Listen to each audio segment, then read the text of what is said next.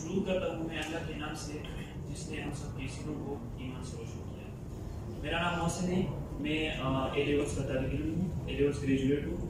A levels اصل میں university of Cambridge کا ایک نصاب ہے جو ہم پڑھتے ہیں اور اس کی بنیاد سے پھر ہمیں ایگزام دینا ہوتا ہے. اور ابھی میں جو ہے یہاں پہ قانون کا علم حاصل کر رہا ہوں.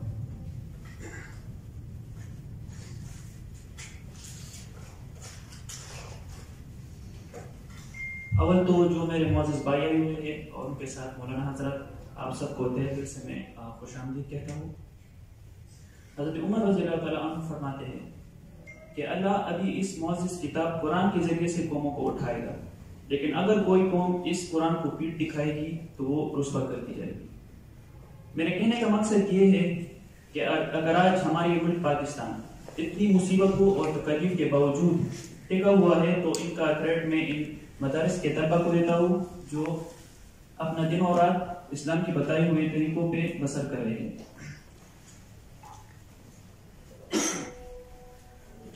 میں اپنے اصل موضوع کا آغاز حضور صلی اللہ علیہ وآلہ وسلم کی ایک حدیث سے کروں گا کہ علم حاصل کرو خواہ تمہیں چین کیوں نہ جانا پڑے. ایک اور اسلامی واقعہ میں یہاں پہ کوٹ کرنا چاہوں گا کہ جب غزوہ بدر میں مسلمانوں کو فتح ہوئی اور کافروں کے کچھ قیدی مسلمانوں کے ہاتھ آئے تو حضور صلی اللہ علیہ وسلم نے ان کو اس شرط پہ چھوڑنے کا فیصلہ کیا کہ ان میں سے جو قیدی جو تعلیم یافتہ تھے ان کو اس شرط پہ چھوڑنے کا فیصلہ کیا کہ ان میں سے ایک ایک قیدی 10 مسلمان بچوں کو پڑھائے. حالانکہ اس بات میں اس کا بہت رسک تھا کہ وہ دوبارہ سے یونائٹ ہو کے یونائٹ ہو کے وہ دوبارہ اٹیک کر سکتے, دوبارہ ہم پہ حملہ کر سکتے, لیکن حضور صلی اللہ علیہ وسلم نے یہاں پہ تعلیم کو ترجیح دی. میرے بھائیوں, قرآن جو ہے قرآن ایک معجزوں کا کتاب ہے. جو باتیں ہمیں سائنس آج بتا رہی ہے, آج کے دور میں بتا رہی ہے, وہ قرآن ہمیں 1400 سال پہلے بتا چکا ہے. میں ان تعداد جو میڈیکل سائنس اور جو فلکیات ہے ان میں سے کچھ اس طرح جو ہے واضح جو ہے تو میں کوٹ کرنا چاہوں گا کہ آج سے تقریباً 30-40 سال پہلے کچھ سائنسدانوں نے جدید جو فارمولے, جو آئنسٹائن کا نام آپ لوگوں نے سنا ہوگا, وہ سارے فارمولے اکٹھے کر کے ان پہ ریسرچ کر کے ایک تھیوری کا نام دیا. اس کا نام تھا big bang theory. Big bang theory اس کا نام دیا کہ ہماری خلا میں جو زمین ہے, جو آسمان, یہ سارے پہلے ایک ملے ہوئے تھے اور پھر ایک دھماکے کے بعد یہ سارے جدا ہو گئے. تو لیکن یہ جو تحقیق تھیوری ان لوگوں نے کیا بگ بینگ تھیوری, یہ آج سے تقریباً 30-40 سال پہلے تھی. لیکن قرآن ہمیں سورہ انبیاء میں یہ تقریباً آج سے 1400 سال پہلے بتا رہا ہے کہ کیا یہ انکار کرنے والے یہ نہیں دیکھتے کہ یہ زمین و آسمان جو ہے یہ ملے ہوئے تھے اور پھر ہم نے ان کو جدا کر دیا. ایمبریولوجی جو میرے میڈیکل کے کچھ بھائی یہاں پہ بیٹھے ہوگے ان کو پتا ہوگا کہ ایمبریولوجی کے ایک پروفیسر تھے جن کا نام تھا ڈاکٹر کیتھ مور. ڈاکٹر کیتھ مور کا نام تھا اور وہ آج سے تقریباً 30-40 سال پہلے کا یہ واقعہ ہے کہ یہ ایمبریولوجی مطلب میں یہ مدارس کے طلبہ کو اگر واضح کر سکوں, یہ ماں کے رحم میں جب بچہ جو بڑھتا ہے وہ جو شاخ ہے اس کو ایمبریولوجی کہتے ہیں. تو چند عرب جو تھے وہ انہوں نے ایمبریولوجی کی متعلق جتنی قرآن میں آیات تھی وہ اکٹھا کی اور وہ گئے ڈاکٹر کیتھ مور کے پاس. ڈاکٹر کیتھ مور کینیڈا میں اس وقت دنیا کے جو تھے ٹاپ پروفیسر تھے, ان کے پاس گئے اور ان کو دے دیے آیات. تو انہوں نے ان میں سے 80% جو آیات تھے اس کو 100% درست قرار دیا, لیکن 2 آیات تھے جن کا انہیں خود بھی اس وقت سمجھ نہیں آیا. وہ آیات ہے سورہ علق کے پہلے 2 آیات کہ اقرأ باسم ربک الذی خلق الانسان من علق. تو یہ جو خلق الانسان من علق, اس میں جو یہ ہے اس آیات کے ان کو سمجھ نہیں آئی کہ الگ جو ہم بولے عربی میں جو ہے نا, یہ ایک کیڑا بھی ہم اسے بول سکتے ہیں, کیڑا نما چیز یا خون کا لوتھڑا ہم یہ بول سکتے ہیں. تو ڈاکٹر کیتھ مور اس کے بعد گئے اور اس آیات پہ ان لوگوں نے ریسرچ سٹارٹ کی اور ان لوگوں نے وہ جو کیڑے کا جو خاص جو ان لوگوں نے ادھر جو اشارہ دیا تھا اس کی تصویر لی اور پھر جو تھی ایک بچہ جب بڑھتا ہے تو وہ حیران ہو گئی انسانیت پر کہ یہ جو چیز میں جو ہوں نا اس جو شعبے کا ماہر ہوں، مجھے اس بات کا نہیں پتا، لیکن قرآن یہ مسلمانوں کی جو کتاب ہے یہ 1400 سال پہلے ان کو بتا چکی ہے، تو پھر انہوں نے اس وقت اسلام قبول کر دیا۔ یہ سارے واقعات جب میں سنتا ہوں تو مجھے نہایت خوشی بھی ہوتی ہے اور نہایت افسوس بھی ہوتا ہے۔ خوشی مجھے اس بات کی ہوتی ہے کہ میرا اس سے ایمان تازہ ہوتا ہے کہ ہاں میں ایک حق اور سچ دین پہ جو ہوں نا چل رہا ہوں، لیکن غم مجھے اس بات کا ہوتا ہے کہ جو ہم قرآن پڑھتے ہیں، ہم نے کتنی دفعہ یہ سورہ تلاوت کی ہوگی، لیکن کبھی ہمارے جو آباء و اجداد ہیں انہوں نے اس بات پہ غور کیا کہ اللہ ہم سے کیا کہہ رہا ہے، کس بات کی ہماری طرف جو ہے نا اشارہ کر رہا ہے ہماری طرف۔ تو کیوں یہ کوئی مسلمان سائنسدان نہیں تھا، کیوں جو ہے نا کسی مدرسے کے طالب علم نے اس بات پہ غور نہیں کی کہ اللہ ہم سے کیا کہہ رہا ہے اس آیت میں۔ حالانکہ اس بات کو ہر کسی اگنور نہیں کیا جا سکتا کہ ہمارے آباء و اجداد تو ان کے پاس بہت علم تھا۔ جب ہلاکو خان نے جو ہے نا عراق پہ جو ہے نا حملہ کیا تو مسلمانوں کے پاس اتنی علم کی کتابیں تھی کہ اس نے وہ ساری اٹھا کے ایک دریا میں پھینک دی، اور وہ دریا کئی ہفتوں تک وہ جو سیاہی تھی اس سے کالا رہا، اس کا رنگ کالا رہا، اس کی وجہ سے اتنا علم تھا ان کے پاس۔ اس کو وہ جواب شکوہ میں علامہ اقبال نے بڑا سیدھے سادھے انداز میں کہہ دیا تھا کہ وہ زمانے میں معزز تھے مسلمان ہو کر، وہ زمانے میں معزز تھے مسلمان ہو کر، اور تم خواب ہوئے تارک قرآن ہو کر۔ میرے بھائیو، اس بات میں کوئی شک نہیں کہ ریاست تلوار کے زور سے فتح کی جا سکتی ہے، لیکن ریاست کو قائم رکھنا یہ عالموں اور طالب علم کے بغیر نہیں ہو سکتا۔ میرے بھائیو، ہمارا معاملہ تو اس حد تک سنگین ہے کہ ہماری لا علمی ہمیں مغرب کا غلام بنا رہی ہے۔ اگر طب میں ہم دیں گے یا معاش میں ہم دیں گے، ہم ان کے محتاج ہیں۔ کیوں ہمارے جو ہے نا یا مدرسے یا ہمارے جو اصلی پاکستانی جو ہے اس اتنی قابلیت ان طلبا میں کیوں نہیں ہے کہ یہ آئے اور جو ہے نا یہ جو ڈسکوریز آج کل ہو رہی ہے یہ کیوں نہیں کر سکتے؟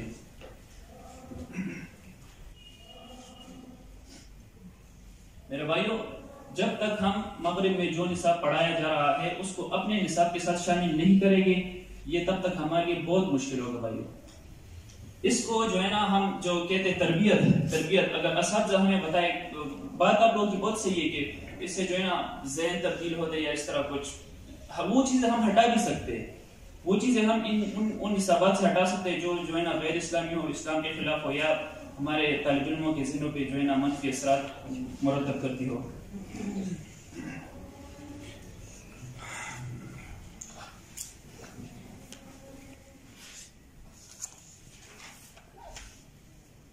وہ میرے بزرگ اکثر کہتے کہ اگر ارادے نیک ہو تو منزل ہمیشہ آسان ہو جاتی ہے۔ میرے عزیزو، جب تک ہمارا یہ ارادہ نہیں ہوگا کہ ہم جو پرسنل جو ہمارے جو فوائد ہیں ان سے ہٹ کر اگر ہم اپنی قوم کا نہیں سوچیں گے، اپنے دین کا نہیں سوچیں گے، اپنے ملک کا نہیں سوچیں گے، تب تک جو ہے نا ہم یہ مغرب کے ساتھ ہم جو ہے نا کبھی بھی ہم مقابلہ نہیں کر سکیں گے۔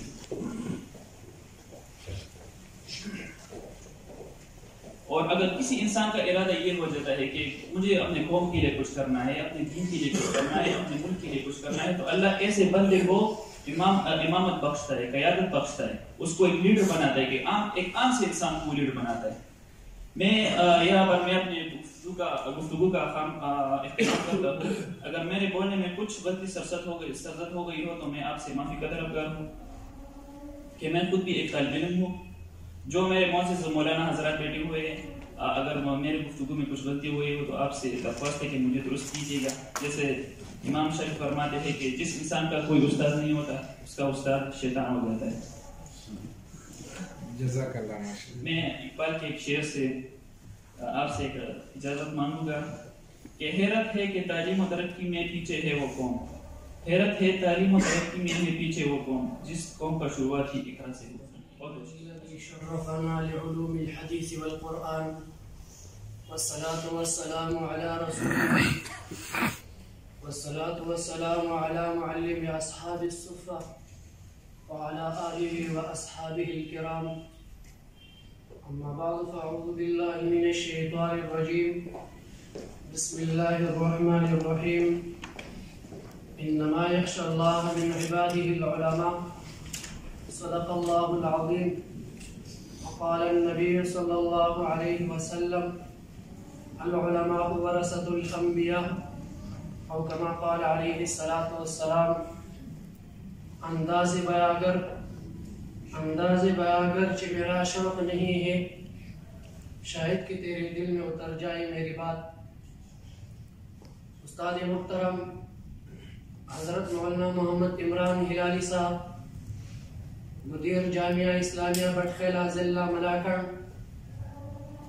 اور اسٹیج پہ تشریف علماء کرام اور میرے پشاور یونیورسٹی کے اساتذہ کرام اور میرے طالب علم ساتھیوں السلام علیکم ورحمۃ اللہ وبرکاتہ.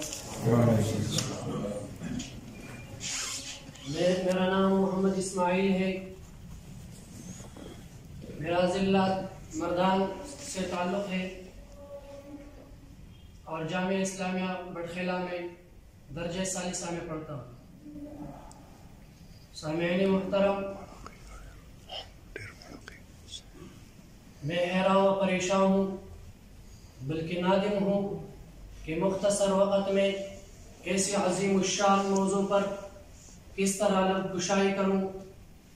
سمجھ نہیں آتا کہ داستان کا آغاز کہاں سے کروں اور کیسے کروں. اس کی کن کن خوبیوں کو بیان کروں اور کن کن خصوصیات کو نظری انداز کروں. اس کی علمی سرگرمیوں کا تذکرہ کروں یا اس کے مجاہدانہ کرداروں کا تذکرہ کروں یا اس کی تحریری دفتروں کی سیر کرواؤں یا اس کی تقریری فضاؤں میں پرواز کروں یا اس کے خلوصی وفا کی داستانیں سناؤں یا اس کے ناقابل فراموش اور لازوال قربانیوں کا تذکرہ کروں یا دینی حفاظت کے لیے اس کے بے مثال عزم و استقلال کا حیرت انگیز واقعات بیان کروں. سمجھ میں کچھ نہیں آتا کہ چھیڑوں داستان کیسے. صدر مجلس، بڑے دکھ اور افسوس کی بات ہے کہ آج بعض لوگ یہ پوچھتے ہیں کہ مدارس دینیہ نے دنیا کو کیا دیا. بھلا بتاؤ تو صحیح، یہ بھی کوئی پوچھنے کی بات ہے؟ اگر پوچھنا ہوتا تو یہ پوچھتے کہ مدارس دینیہ نے دنیا کو کیا نہیں دیا. مفکر پاکستان، شاعر مشرق علامہ محمد اقبال رحمۃ اللہ علیہ نے ان دینی مدارس کے بارے میں کیا خوب فرمایا. ان مکتبوں کو انہی حالت میں رہنے دو، غریب مسلمانوں کے بچوں کو انہی مدارس میں پڑھنے دو. اگر یہ ملا اور درویش نہ رہے تو جانتے ہو کیا ہوگا. جو کچھ ہوگا میں اپنے آنکھوں سے دیکھ آیا ہوں. صدر جلسہ، آج در حقیقت یہ ہے کہ پوری دنیا میں بلکہ خصوصاً بر صغیر پاک و ہند میں اسلام کی جو روشنی نمایاں نظر آتی ہے وہ انہی دینی مدارس کا کردار ہے. فضلاء بھی دیے ہیں، علماء بھی دیے ہیں، یہ بھی انہی دینی مدارس کا کردار ہے. خطیب و مقرر بھی دیے ہیں، یہ بھی انہی دینی مدارس کا کردار ہے. ختم نبوت کے محافظ بھی دیے ہیں، یہ بھی انہی دینی مدارس کا کردار ہے. سپاہی